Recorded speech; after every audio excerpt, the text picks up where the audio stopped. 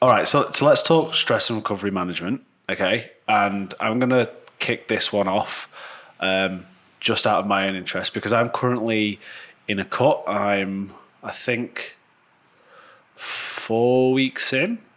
Yeah, I think I'm 4 weeks in, and I'm really not struggling, but I'm really struggling to get motivation for training. I hate training in a deficit. It's just I'm finding it quite interestingly. The hardest thing is psychologically. I'm finding it hard to be motivated. Whereas before, when I was eating heaps, I had lots of I wanted to go and lift big kind of thing, and now yeah, and obviously my recovery is much tougher. I'm doing less. I'm lifting. Well, we're running a hypertrophy program at the moment, aren't we? But I feel like I'm like I train squat on Monday and do obviously low body accessories, and I'll feel that all the way up until my deadlift session on a Friday. Whereas before I was within about 2 days, 2 to 3 days, I'd fully recovered. So is that a common thing that you find, and how do we deal with So that? there is a couple of ways to take a look at this. Is number one. So I had this conversation. Actually, had this exact same conversation with someone last night with one of my athletes, and she's pretty high level competitor. She's about to compete in nationals, and we got her in a deficit because we getting her ready to compete in the 75 kilo class, and so we're going to try and take advantage of. The whole goal is to try and take advantage of dieting, get her underweight, and eat her back up into competition. Now, she's at a point where usually the training load's the highest, the training intensity's the highest, and the fatigue is the highest. So part one to this is the psychological aspect to this, is that everything in your body is going to try and tell you to stop doing things and do less, don't go to training, don't lift heavy, and it'll play other games. Rather than just feeling like you don't want to do it, it'll make you feel like things are really hard. And so, but if you measure this properly, so there's a couple of ways I measure it. There's velocity, which is probably the most reliable form of doing it. Yeah. I also get them to send me videos. So, she broke down, not able to hit the target numbers. So we're targeted for 190 deadlift, and she was only able to hit 180. But after reviewing the video, there's plenty more in the tank. So look, and you just judge that by the speed that she's able to do it with, the smoothness of the lift, and so same with the velocity. So we're in a squat session, and she said it's feeling hard, it's feeling slow. But we were hitting the same percentages as last week. So we're aiming for about 90% of a max for doubles. Right. Within a certain velocity range. So within 1 week, even though she felt worse this week, her performance increased by 3-4% with velocity. So she's still seeing improvements in her training, even though she's feeling constantly worse. So this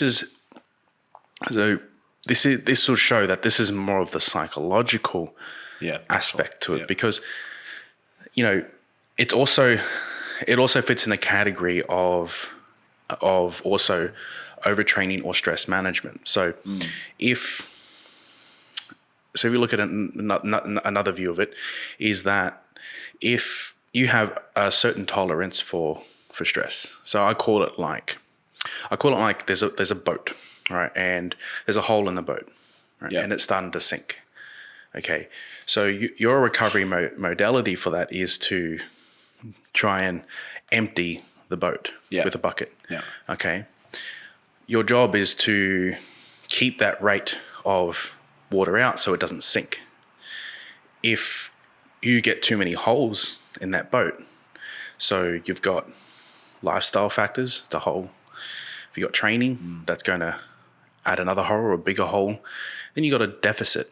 Okay. They're all stress implements. Now, stress is not bad. Stress is good. We need stress to create adaptation. But you can overreach in stress, and you can prolong it for a long enough period of time until your boat sinks. Once your boat sinks, you start to heavily decline in performance. Yeah. Okay. So we have to start to look at, first off, create an understanding first of what are some of those factors that contribute to stress and what those markers are for that individual. So one of them is training motivation, but I wouldn't just purely rely on that as a form of stress or lack of recovery. You want to look at clusters of information. So because we're dealing with subjective information, we have to then look at it as a whole. So let's look at the contributing factors first. Let's look at training. Let's look at your quality of life, quality of sleep, quality of downtime, other things you're doing. You know, if someone has got a full-time job studying or doing 2 jobs and trying to train for a competition, then their bucket is so full, their boat is so full of water that their judgment is pretty clouded, especially when it comes to high performance skill-based training, where it requires a high level of focus. Now, it might feel like you just go in there autonomously to squat, but that's not how an athlete should be lifting. And most top-level athletes don't. They focus on the quality of that movement every single time. So when you have such clouded focus because of the amount of things you're doing, then the quality of performance will start to drop because you lose training intent, you lose training quality, you lose training focus, all those things. Now that's a marker of too much. Now whether that's impacting recovery capabilities, then that's when we start to look at so we look at what are the influences, all right? Then what are the markers? Okay, so we have, you look at some of the acute signs, some of the leading signs, and chronic signs. So a chronic sign of fatigue would be a rapid loss in strength, bar velocity, changes in body composition. That's when you start to see physiological changes to the body. That's normally we're getting into chronic stages. But when we're feeling certain ways. So what in what ways does body composition change? Do you mean they drop weight, or everybody's different? Some people drop weight, some people gain weight, some people bloat up a lot. I'm a bloater. So it just depends what direction. It's really just depend on body type, but you'll start to see usually negative changes to body composition of some sort. Now our goal is to not get to chronic levels, but we can't also be reactive to acute signs, because what you want to see is if you get acute markers of fatigue, understanding what else is going on in their life, could help with understanding where that is coming from. But also have to remember that it is part of training to be fatigued. So we would train at a point to create fatigue so we can stimulate adaptation. So it's a good thing that we have fatigue, and what we want to see is changes in going into fatigue and high performance, and this should be cycled with your training. It should be very predictable with that if you have good planning with your training. And especially more so with elite athletes, you're going to notice these markers a lot more, who might have more awareness about their performance as well. So being able to manage this comes down to a few things. I track RPE on a constant basis. You can compare performances and the quality of the RPE. You can do reporting, and with reporting with, say, both descriptive feedback and also assigning values to something. So of what we call like biomarkers. Yeah. And so that could be like rate your recovery, rate your level of stress, rate your I can't remember all the ones I got there, but I got a sheet. I don't know if not everyone fills it in. I don't know if you've been filling your one in, but not really. But that's why I have it. Yeah.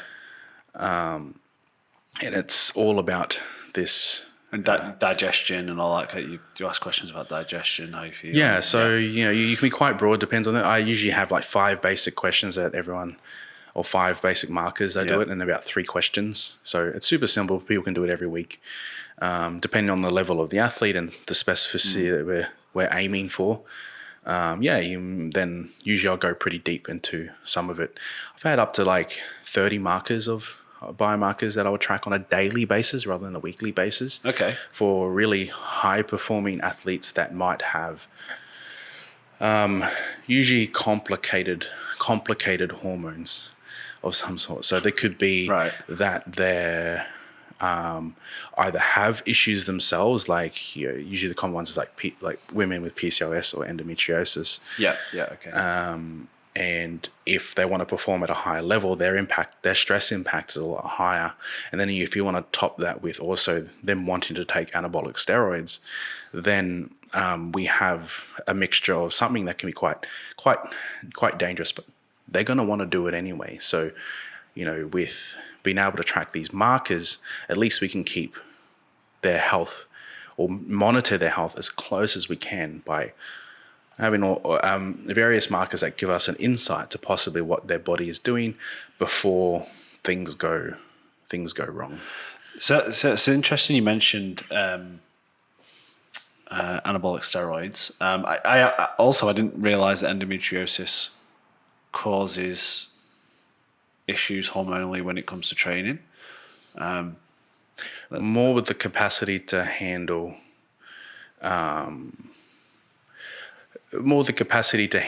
stress that has impacts on more hormone profile, but not so much that, but more so to do with especially with women, usually the complications come with wanting to take the pill as well. Right. There's nothing wrong with doing that. It really depends on their goals with it as well.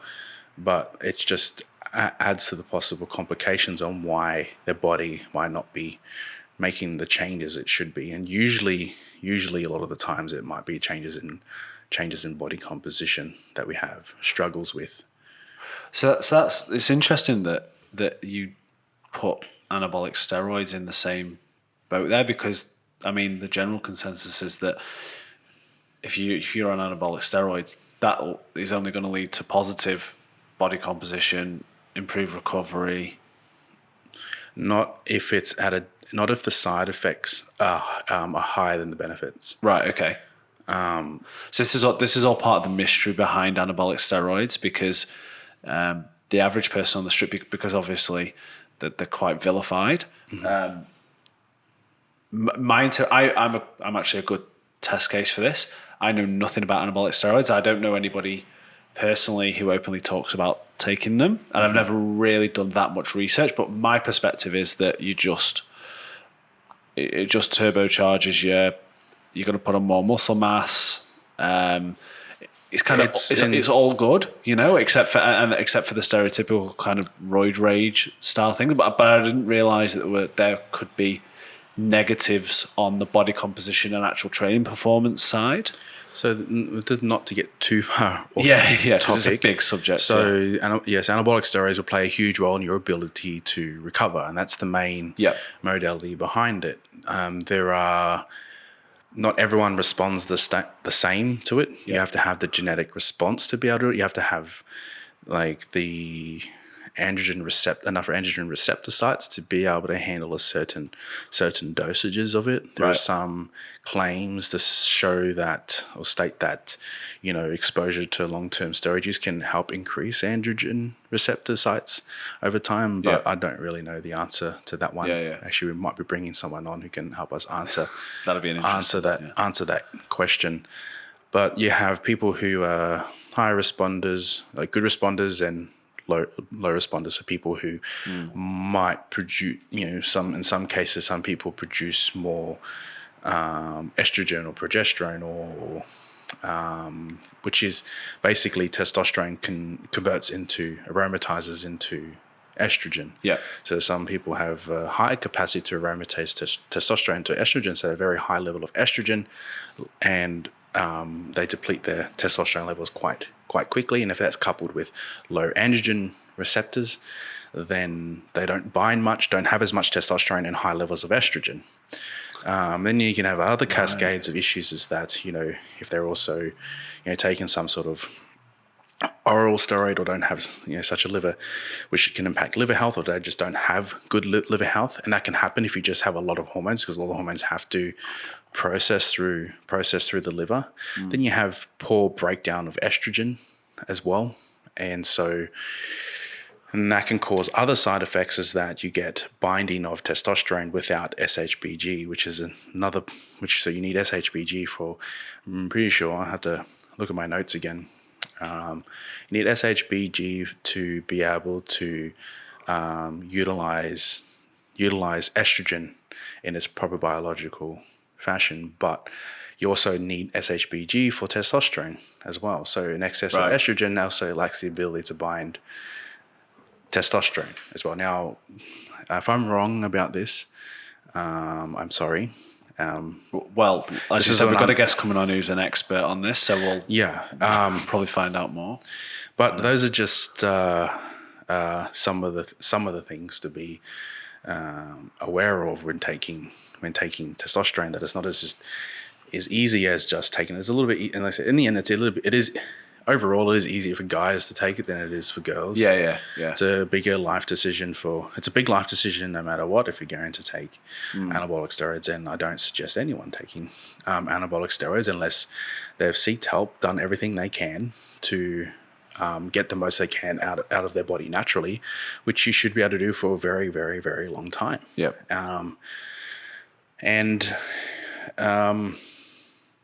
Let's not go too much down the rabbit hole. Yeah. So I actually want to pull it back to the calorie deficit side. So with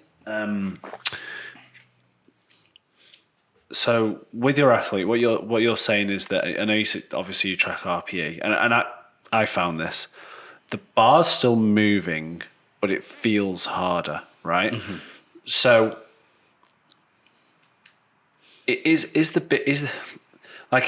how much of an impact does the calorific deficit have? And can I just ask what that deficit is for this person? Is it a big cut, or? It was probably about a 6 kilo cut. So that's probably nearly 10% body weight. So yeah, that's quite big. Yeah. And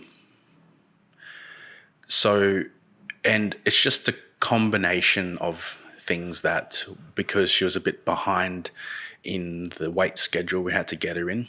And the reason why we do this rather than a water cut is that there's quite a tremendous more benefit being able to take advantage of the compensation effect that diet has. The compensation effect that diet has on training or your performance. Yeah. So, and essentially, we want a couple of kilos of room to be able to utilize the maximum of the peak and deload week.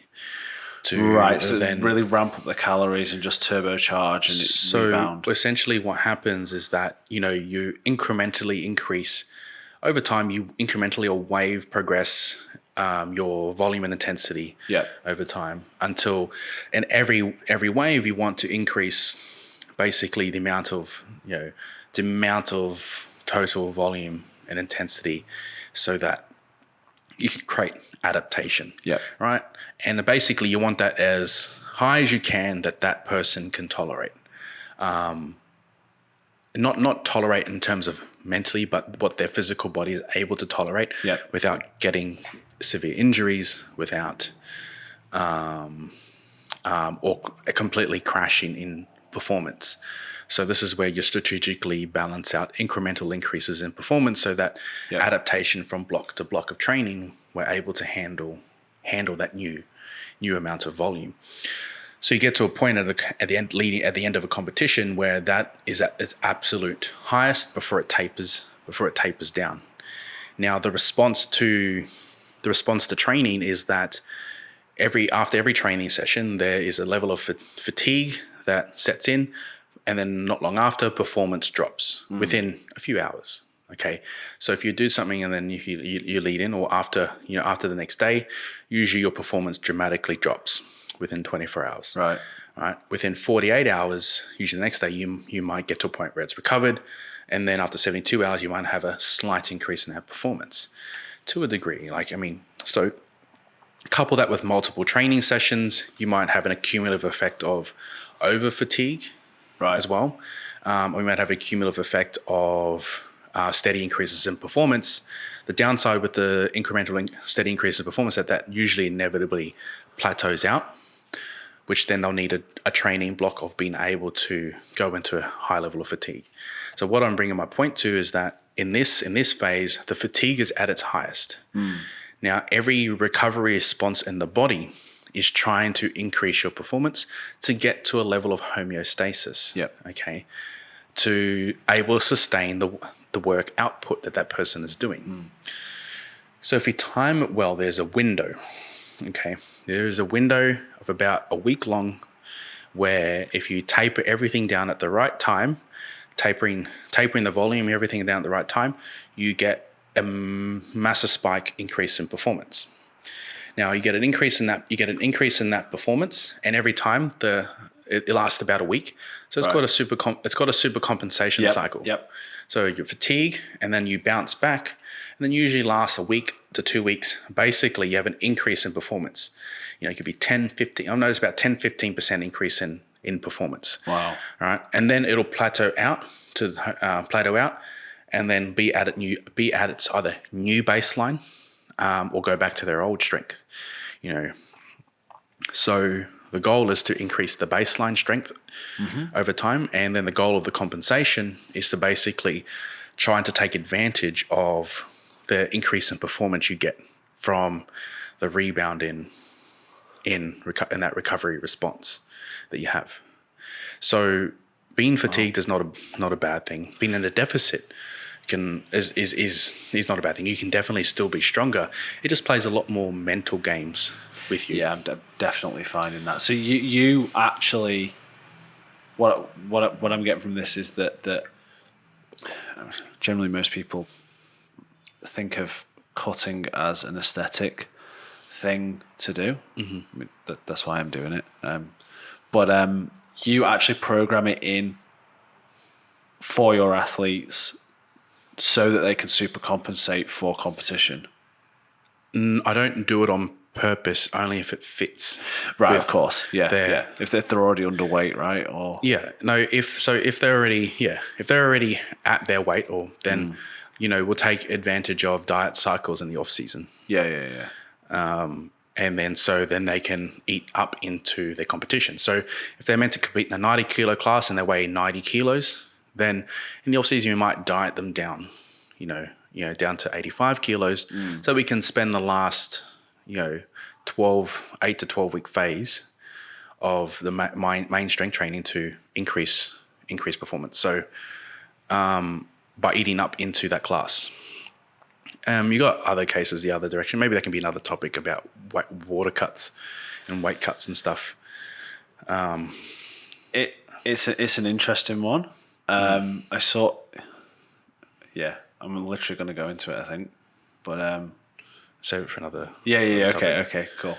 But yeah, in the end, the recovery, the last point I think is that after talking to her, telling her, but basically, this is part of coaching, is that my job is to try and educate them as much as they can, because the better understanding they have, then they know what to prepare for. And now that she understands that her performance is still there, it's just that there's a lot of mind games that the brain goes through. Yeah. You do first off, down the track, you get more conditioned to that over time. The more you practice doing that. It's worse if you have a lot of things going on in your life. Because it requires more effort to be on point. If you want to feel good in some way, but this is just your body's natural response to not do more work. You know? But this is where the gains are made. You have to learn to overcome and ignore and push through that. And obviously, if those markers get really bad, so you're not showing those any extreme markers yet. If you're making good progress, your body's making change, you haven't lost any strength, then you're fine. You can keep pushing. You just don't be soft. That's it. Yeah, I think that on the mind game side, if you've got strength athletes, I think one of the worst things that can happen to a strength athlete is they feel weak. You know, like, and your mind, you would panic, I think, if you're not conditioned to dealing with it. If you're thinking that your performance has dropped, my numbers are going to drop. Even if it's weird, even if you know it's only 4-6 weeks, and then, like you said, the performance is still there, you still feel anxious about that. I am at the moment. I'm like, oh my God, I've lost all my gains. Here's the thing. So for someone like yourself, and programming obviously a little bit differently, is that, we timed a good, training cycle that it isn't as physically demanding, but more demanding in volume of work. Volume's easier to get through than intensity when dieting. Yeah. Okay. So interesting. I have, I will progress people's base. I'll dial in people's diet with their training and training with their diet. Yeah. Now, with the flexibility with you not having to have competitions, that makes it a lot easier. Yeah, of course. I can just cycle around your priorities. And so, but at the same time, then what I do is use this time to then slowly build up work capacity, potentiate your progress after your diet phase. And knowing when those diet phases are. So it's like, if you want to put on some more muscle, then it's a good time to then, try to increase your volume over time. So when it's time to refeed, we can then go through a couple of, say, shock cycles, meaning that you can go through some high intensity, high volume cycles straight after to try and really get the most out of that refeed period when your body's most susceptible to building more muscle and strength. Interesting. That is one way. That is, one method that we could use, and that's what we'll do. Yeah. With you. So we'll time it with your refeed periods and. So I can't wait to eat big and lift big again. Yeah. Yeah. The hardest bit as well, especially if you haven't done it that much, Yeah, and I'm not psychologically great with.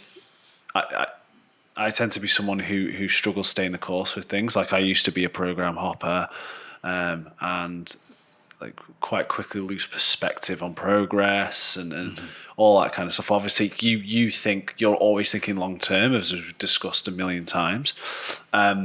So my mind plays tricks on me more than I think the average person. If you've got an athlete who is going through, I mean, how long are the cycles leading up to competition? Feel like you'd be going months. Depends how you view it. Yeah.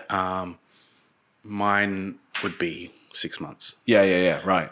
But I don't just say, oh, we're starting comp prep now, 12 weeks out, 8 weeks out. I condition the athlete over time to be able to handle a proper competition preparation phase. So even that's another topic for discussion. Depends how you want to view training definitely cycles. is. So yeah, okay.